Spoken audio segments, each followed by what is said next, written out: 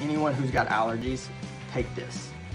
NAD is probably the biggest thing coming out right now on anti-aging. Normally, like when we're tight in here and you start getting that pressure and you're taking those joints and muscles through full range, this one feels almost addicting. So consistency over intensity. And then we're just going to roll up and down. It seems crazy, but when you go get massages and they're finding tightness in here, the first thing you need to do is start releasing this stuff. Kelly, thank you. You did the exercises last week and it helped a lot.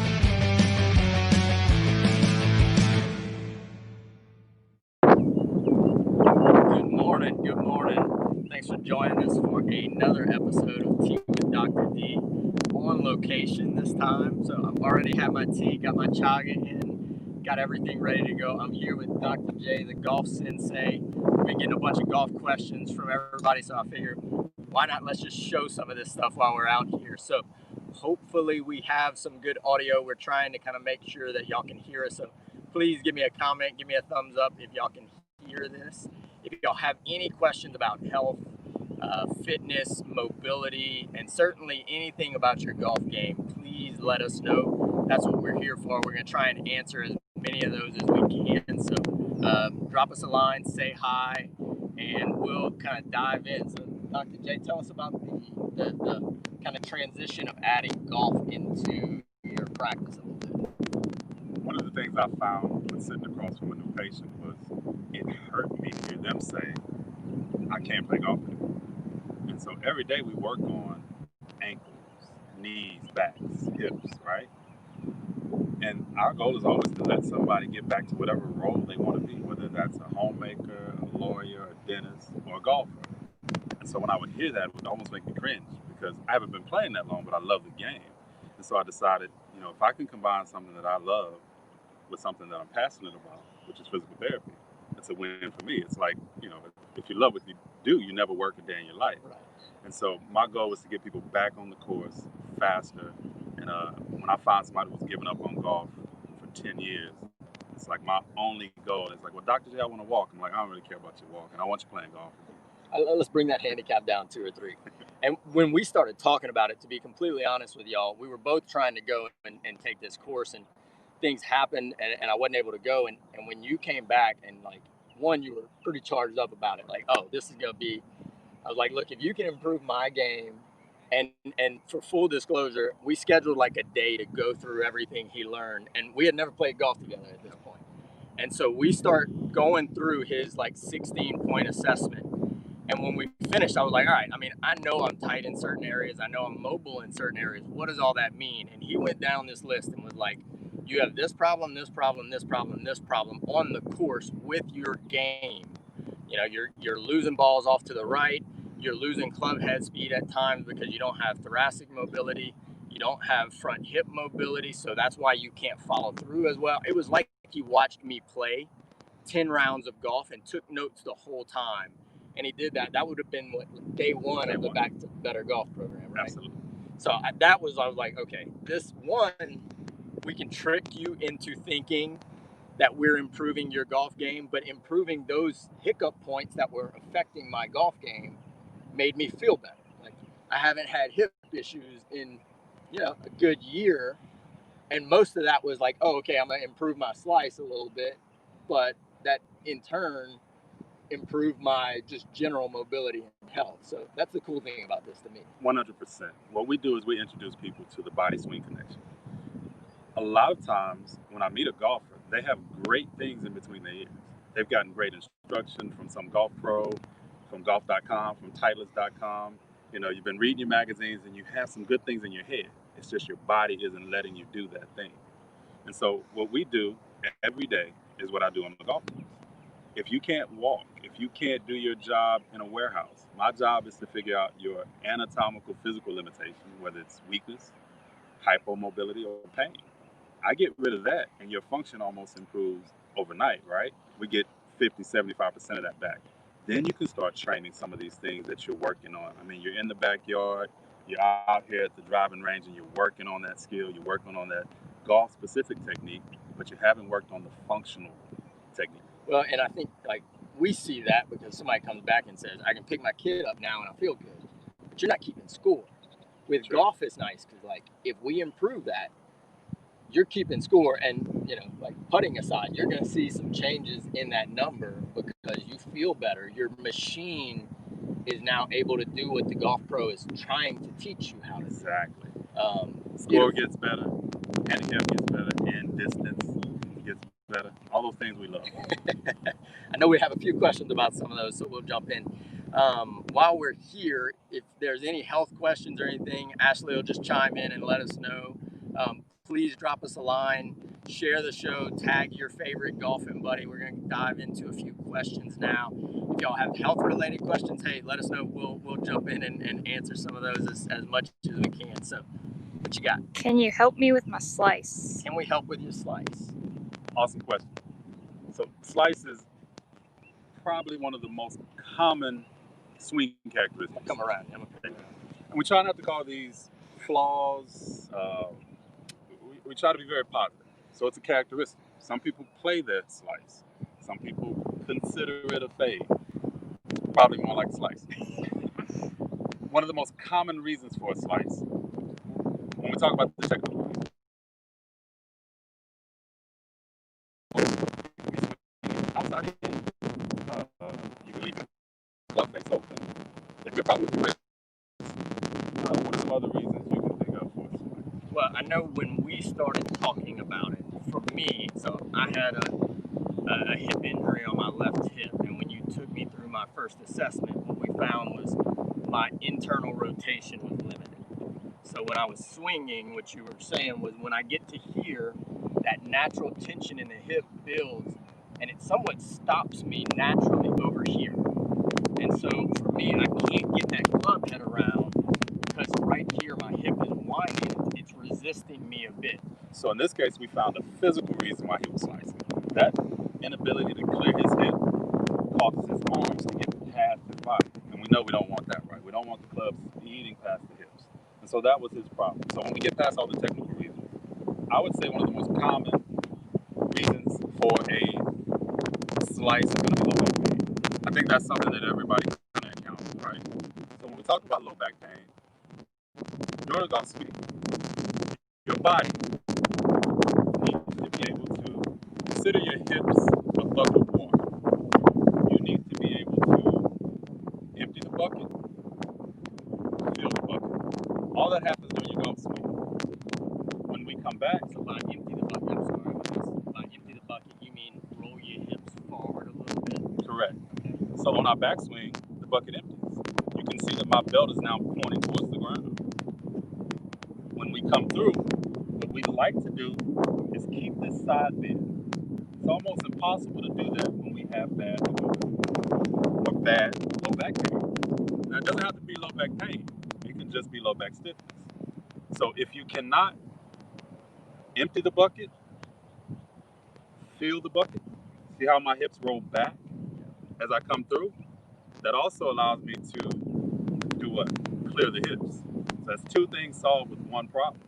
And so one of the tests I like to do is a pelvic tilt test. So this is a hip mobility test as well as a low back test, but primarily a low back test. Come down. Have you shoot it from this side so you can see these hips, right?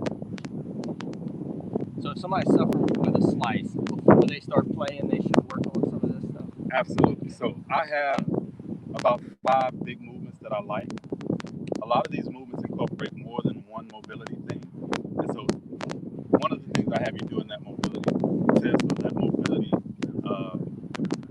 routine before your round is definitely going to help with this. Okay. All right? So you're going to take your 5-iron. You're going to assume your 5-iron stance. Get comfortable. You can even swing a few. I'm not gonna hit y'all. There we go. All right. So that's your 5-iron stance. Great. Now we'll ground your club. I'll take that from you. Keep that stance. Cross your arms. Now, what I want you to do is imagine that you have water in your hips. I want you to dump the water out. And then I want you to come back to neutral. Good. Now fill the bucket. Bring your hips back more. Good. Go back to neutral. All right, one more time. Dump the water for me. All right, and come back to neutral. Good. And come all the way back towards Ken. All right, and relax. How'd you feel? Any pain with that? No pain, but that is much more difficult than I expected it to be. Right. Like just in this position, I mean, like I show this all day, but getting into the golfing position and then actually trying to actively do it is more difficult than I anticipated. Right. So what we have to do is find out, is that limitation of tightness, is it a physical limitation? Does the low back not move well? Or is it a coordination issue? Maybe you just don't know the moment, right? Maybe you're not a dancer. Right. Maybe that's not your thing, the pelvic tilt. And a lot of people, this whole exam part kind of feels a little awkward because you're tilting and pumping the pelvis, but actually this unlocks a lot of problems in our swing. So what you'll find is when a person can't do that, what they will often do is they will early extend because they can't They stay. don't have the motion here. Correct. They compensate. If you can't hold this position, let the hips clear, either because of pain or hypomobility in the hips, what you're going to do is you're going to back out of it, and then you're going to reach for the ball. Right? So you're going to stand up early or early extend. When you early extend away from the ball, you're going to slice across the ball. The ball's going to go screaming to the right. So because that was tough for me, part of my warm-up, I'm going to get here, what I'm going to do, a couple sets of 10. What's your... I would definitely, in your case, it's coordination. Right. You have the mobility. Yeah. It doesn't hurt you. Like this gets easier as I go. Correct. So for you, it's coordination. You need to go to the ball. I feel like I'm going. And so for that, I would not give you a passing grade. So when you take my examination and I test this is one of the things you're going to fail. And it's okay. I'd rather you fail at it and we get you all the way to pass. Right. It looks kind of good. Kind of good isn't good enough, right? Because golf is a game of millimeters. We're talking about swing itself.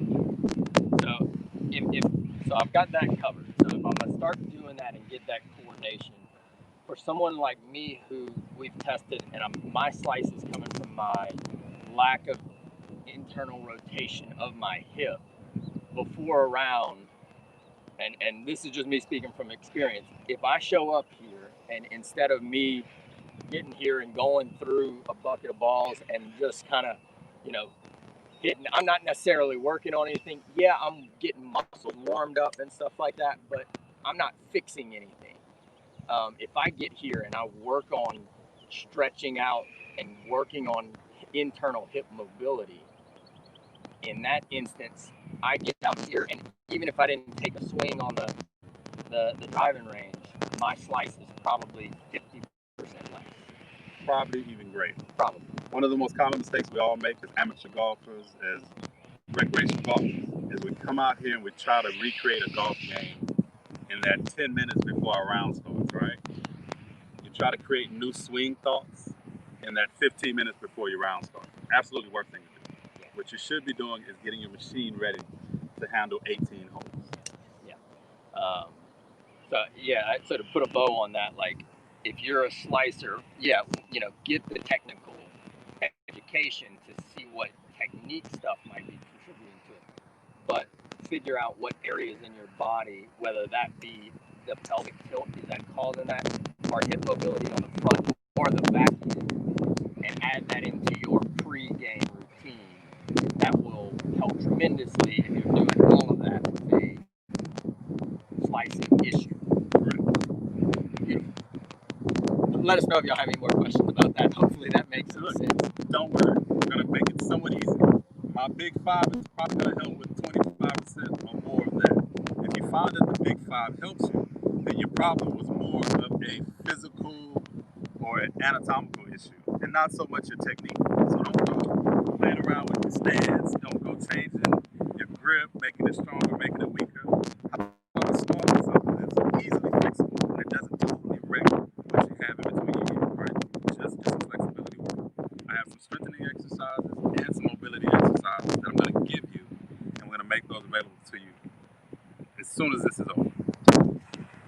Beautiful. What other questions we got? Please let us know. Here's the hi. What physical issues stopping me from clearing my hips? Kind of goes with what you're saying. Explain to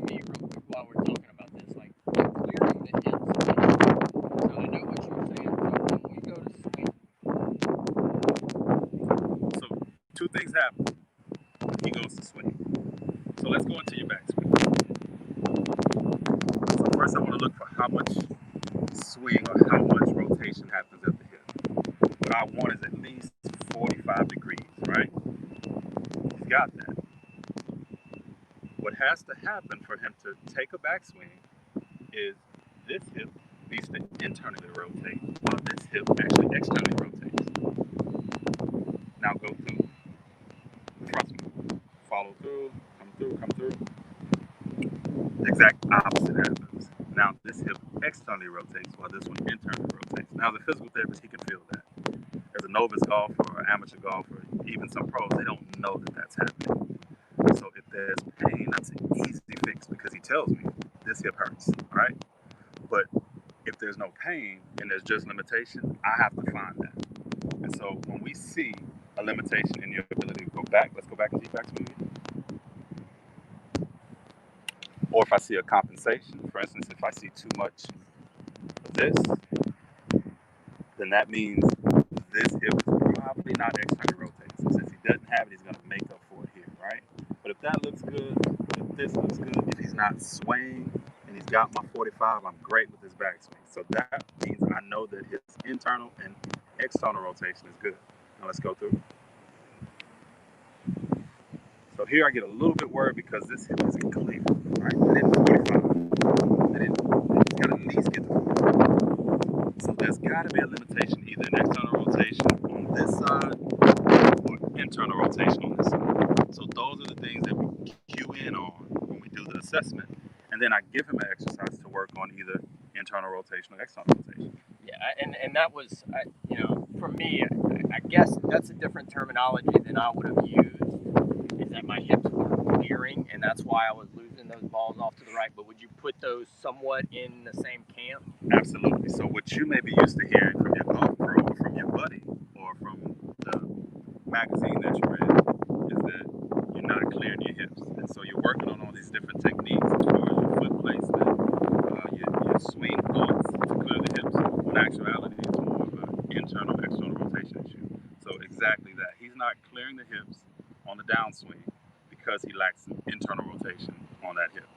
And for him, it's more of it needs to be warmed up every time. There's an issue on that side. We know it. It's not going to magically repair. It's going to be there. So he has to always keep that in mind and prepare that hip for his round of golf. He does that, game is smooth. And let's get into a couple, because we talking about the big five. Like, if I'm trying to clear my hips, for me, I mean, I'm as good of a subject as we can. So give me like the top two that we need to start with. If y'all want the whole five, we're gonna have a link for that. So share that. Put comment in there, big five, and we'll send you the big five, which is all of those, like that perfect golf warm up that's gonna cover everything that we can. So we even have it printed, so we're gonna make it available digital. We're gonna have hard copy. For those who are old school like myself, who like to keep it handy, I like to keep it in my golf bag. I even watch myself doing this. Well, this isn't me, but I watch. I have a video in my phone of me doing it. And so I think for your internal rotation, one I like a whole lot. Sorry, you're gonna have to speak up. It's windy. One I like a whole lot is just warming the hips up. So for you, you're gonna take your club, get it out in front of you, get you a nice spot here. You're gonna hold that club, right? And then you're just gonna squat. Keep your back straight. You're gonna give me 5 of those. I'm gonna put this out because this is my physical therapist talking. When y'all are going down, try and keep those knees wide. You'll get more hip mobility if you can. You can just tell them, Ashley. Just speak over here. That way they can hear you. It's windy. Awesome. Okay, so that's awesome. I like what he's doing. What I would even do, and what I often do, is what you said, I now plie for the next 5. So plie means you're going to take those feet, you're going to spread them apart another 12 inches or so. You're going to turn your toes out a little bit. You're going to get external rotation in those hips. So this is kind of opening up all of those groin muscles. Start getting a lot of mobility that, in all honesty, a lot of men just don't have. We don't pay attention to our groin. Especially golfers, for some strange reason. As much as we need mobility as golfers, I get a lot of y'all in my office that are lacking a lot of hip mobility. We want to do some of the same things we see on Thursday through Sunday on TV, but we don't do the stretching and the exercise that those guys do. You know, we see them at the Tightness Institute, or at least I see them at the Tightness Institute, you know, doing things that you would expect a Major League Baseball player to be doing. But they're doing it to get ready for what's essentially a very violent sport. You know, to swing a club A lot of power. 100+ miles an hour around your body's torso isn't a walk in the park. It's a very violent action. That feels good. I like that. That feels good. I want you to take that same club, and now I just want you just to swing away from the front and back. Work the front of the hip, back of the hip. Another thing I want you to concentrate on is breathing with swings. Good oxygen. It's a sport. Your body playing sport is going to ask you to do a whole lot in a matter of 3 hours. 4 hours. Timing this, we're doing 20 of these or so. I like about 20. Or if your hip feels tight, do it until it feels loose. You're going to do both sides. So he's working the hips from front to back. He's And on the backswing, I'm feeling a little bit of tension, so I'm going to spend like an extra 10 on the side. Gotcha. And so that's going to also allude to that internal rotation limitation on that side. When he's really going to feel it is probably when he turns and goes sideways. So now I want you to swing. You're going to put the club out a little bit further in front of you. Good. And now you're going to swing one foot past the other in front. Just like that. You definitely want to have a club for this one. It challenges your balance. I don't care how young or old you are. You can even hold on to 2 sticks for this one if you need to.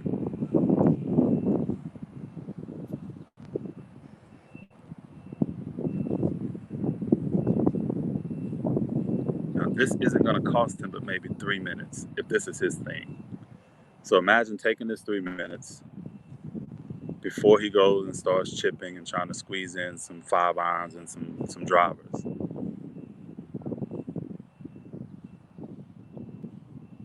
Got a nice little clunk on this side, which tells me I probably need to pop down and do a little isolated stretch on this. Gotcha. Got a nice little clunk. Good.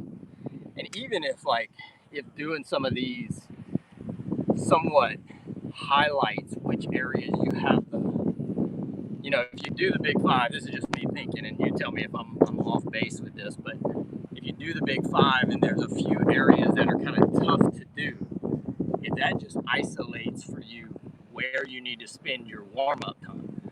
Like, this feels great. This feels great. I jump on the left side and it don't feel that great.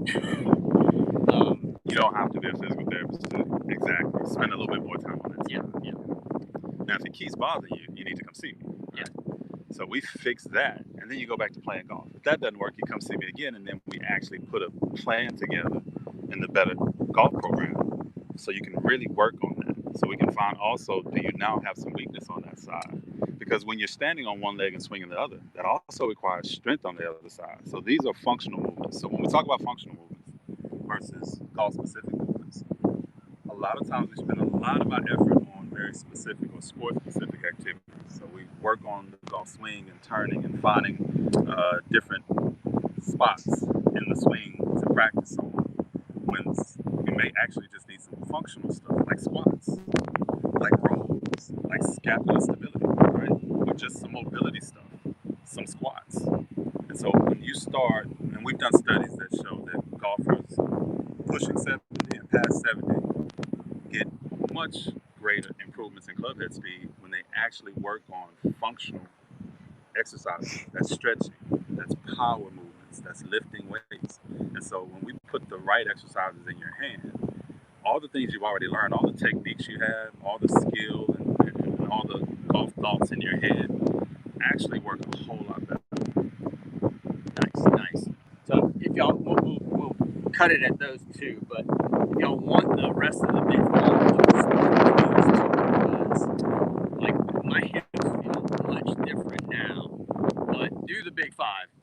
a message. We'll send you the whole Big 5 video. I think you're right. A lot of people are going to get, if you just cover the basics, 80%, 20%, maybe you want to get real specific on it. But just starting to do some mobility is more than what most people are doing. So, it's only going to go up from there. But, getting the body prepared for a round of golf is probably the best thing you can do for yourself. Your mind's already there. You want to be on the golf course. You've probably thought about your different swing techniques. Again, any swing patterns or changes you're trying to make before you round is a horrible mistake. Your body just doesn't have time to download that information, so don't do it.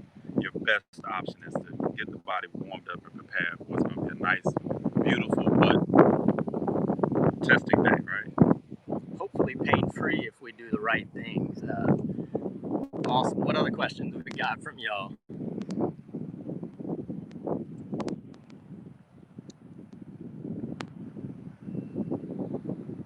No questions. All the questions I get asked about golf all day. Oh, wait, we got one that popped up. My drive has topped out at about 280 yards.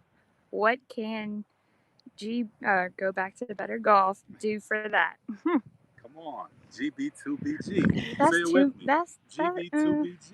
All right. So we're talking about club head speed. So first of all, I'm gonna say I don't know who asked that question, but 280 yards is nothing to sneeze at. So I know y'all are watching Bryson DeChambeau, and he's hitting 350, 360. Don't worry about those freaks of nature. That's insane.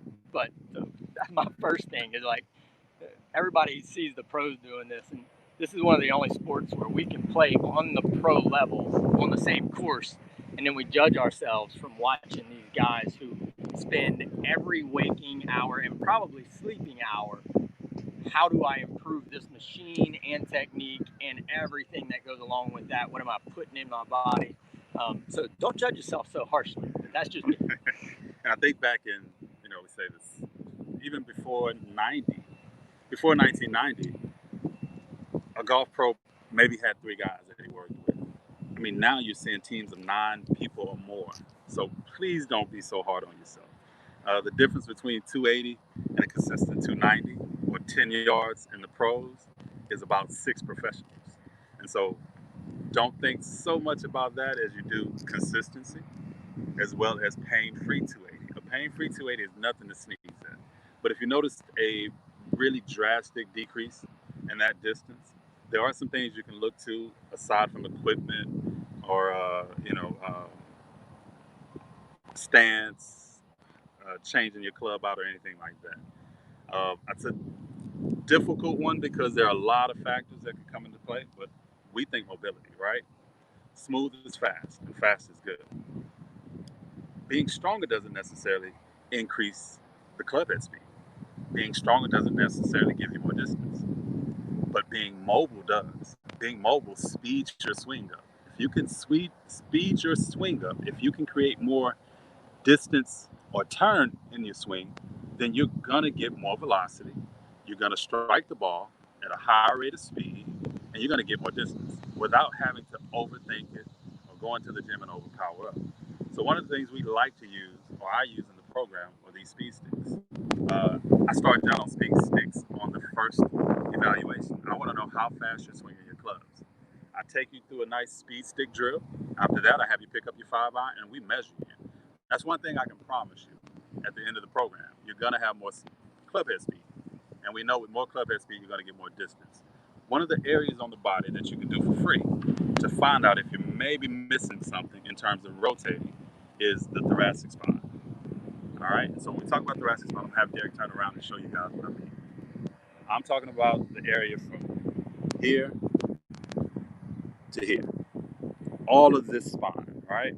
A lot of us have activities or jobs where we're forced into this really bad kyphotic posture. Us as therapists, we look down at patients all day. So we're always figuring out a way to either bring the table up, maybe get into a very advantageous position. But our job often requires us to be looking down at a person's back, their leg, their arms, their shoulders, and that. I mean, I don't know what percentage of people are sitting most of the day for a job, but it's a very lot. high. So if you go from that, 5 days of sitting, and then you try and get on the course where you need to be in an athletic And position. you're trying to move that spine that you've been training to just stay stable 12 hours a day. That's a tough thing. You got to do that pretty intentionally nowadays, right? Absolutely. And so golf is a game of alternating stability, mobility. Your neck in a golf swing is going to rotate a whole lot. You don't see it move, but it does. When I turn, my neck stays there. What that is this. So when I turn, I don't know if they saw that, but so when you turn, my neck has to actually go all the way over your shoulder. It has to be able to touch your shoulder for a really good swing. It needs to be able to rotate. And you don't see it move because you see his shoulders move. Or you think his shoulders are moving. The shoulders are stability. They don't move, right? The thoracic spine is mobility. So when I get back, I got neck mobility, stability in the shoulders, and then mobility again in the mid back, hopefully, so that I can get back in. That's one of the things that when we see these pros that are swinging at, you see the mobility they have when they get back here. We love to see that, right? Back to the target is what we talk about. Well, when you can't get you back to the target, there's going to be some compensations, right? These are things that are also going to make you lose distance. You're going to see a breakdown of the lead arm. All right, go back and see. You got a little tightness right there? Yeah. Because we want to see that club come back here, right? And so if this doesn't move, you're going to see some people bend that elbow. You're going to see some people reverse pivot. All these movements delay how smooth and how fast that club comes back around to the ball. Not only that, but it affects where you strike the ball. So if we can get this moving better, then we probably can get your club head speed a little bit faster and get that distance that you're missing. So there are a lot of stretches, a lot of exercises that I would recommend. But some of them are really easy. When you get out here to the golf course, and this is in my big five, these are free, so I'm giving these away. You're gonna get into a nice athletic position, a little bit more than your 5-iron, right? You're going to let your arms hang, just naturally. Doesn't matter which arm you cross. You can put an arm here, you can put an arm behind your head. All I want you to do is go through your backswing, hold it, come back. Are you trying to get your arm up, pointed straight up at the seal? I would like to feel like my back is to the target. Okay, right? So arm up at the sky, back facing the target. Correct. I got you. And I want to do that without standing up. I want to feel the muscles in my shoulder tighten up. Now you're gonna feel this. It's gonna feel like an exercise, but it's nothing compared to the weight of the club. My arm weighs more than the club. Then we're gonna go the other way. We're gonna come here. Same thing. I don't want to lose this relationship. This hip bend that I have, I want to get that, keep it, and then I want to imagine that I'm rotating around my spine, right? I want to feel the joints in my back rotate. And so I definitely want to feel my shoulders rotate. And so I want to keep them flat. And then I just want to rotate. I'm stiff this way. I don't know why. I'll work on that. So another movement that we have in the Big Five is going to help me with that. That's going to be a nice shoulder width apart. And take flat palms. You're going to reach down for the ground. And squat. You're going to come back up. And stand. Same simple. What we're doing is we're flexing the entire spine, including the thoracic, the rib cage, as well as the hips. That one big functional movement has worked my wrists, my shoulders, my thoracic spine, and my hips. So would you say for the amateur golfer, drive distance is probably more limited by mobility deficits and swing speed than anything else? Absolutely. It's not strength. It's just not having the mobility. Mobility is going to equal smooth. Smooth is going to be faster. Yeah. I think we often think if we swing harder, it's going to be faster. So I'm trying to. This is self-serving, but so if I'm going to take 6 weeks, I know the best of the best would be do the Go Back to Better Golf program, and you're going to improve mobility and swing speed for your body type. But for the amateur golf, that said, like I just would like to see if I can get further distance. If I start working on the Big Five and I'm going through a speed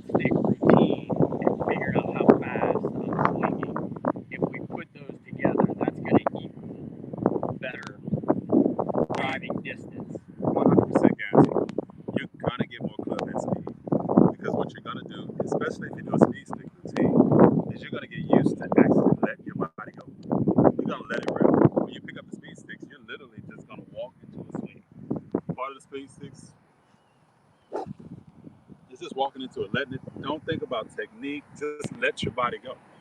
And then when you get here and you need to control it, you're okay with swinging 85% because you've swung 100% and you've done it and not hurt anything. You've done it and actually felt yourself move through it, and it's not abnormal to you. So now when you do a nice 85% swing and you let it go, there's no pain. It's smoother, it's faster. And the beauty of doing the mobility stuff and the speed stick training is that you haven't tinkered with your technique. Because if you've been hitting 280 with some control, you've been getting it in the fairway, you've even shaped the ball, you don't want to lose that, right? So we don't want to go tinkering with how you're holding the club. You don't even want to change your club out yet. You want to work on the machine. Yeah. I agree with that 100%. That I think that's the stuff that we forget to think about. You know, as amateurs, it's always a new device. You know, a new wrist thing that's going to keep you there. And it's all these, to me, it's Band-Aids. Like, we're trying to get you to Band-Aid it when the real work comes in with improving the machine that's supposed to run this program. So, 100%. When I think about new clubs and new equipment and new techniques, I have to remember that in '94, whatever clubs that were out by TaylorMade, all the guys on TV were playing golf 1,000 times better than me, hitting the ball 300 yards with the '94 TaylorMade. So the 2020 or 2021 TaylorMade isn't the reason I'm not good. You know, Tiger was better than me in '97. So whatever clubs that were out in '97, the clubs are not the problem. It's really me. And so if I haven't tinkered with my machine, the least of my concern is the club. Now, yes, there are some times where your equipment definitely limits you, and it probably needs to be updated or at least specified for you. But most often, especially if you play decent golf with what you have, the problem is the equipment. That's you. And as guys, we don't like to hear that. We don't want to hear we're breaking down. We want to hear we drop to the golf course, we get out, we do a couple of these, and we're ready to rip. That's just not true. Especially as we start to get up to an age like myself.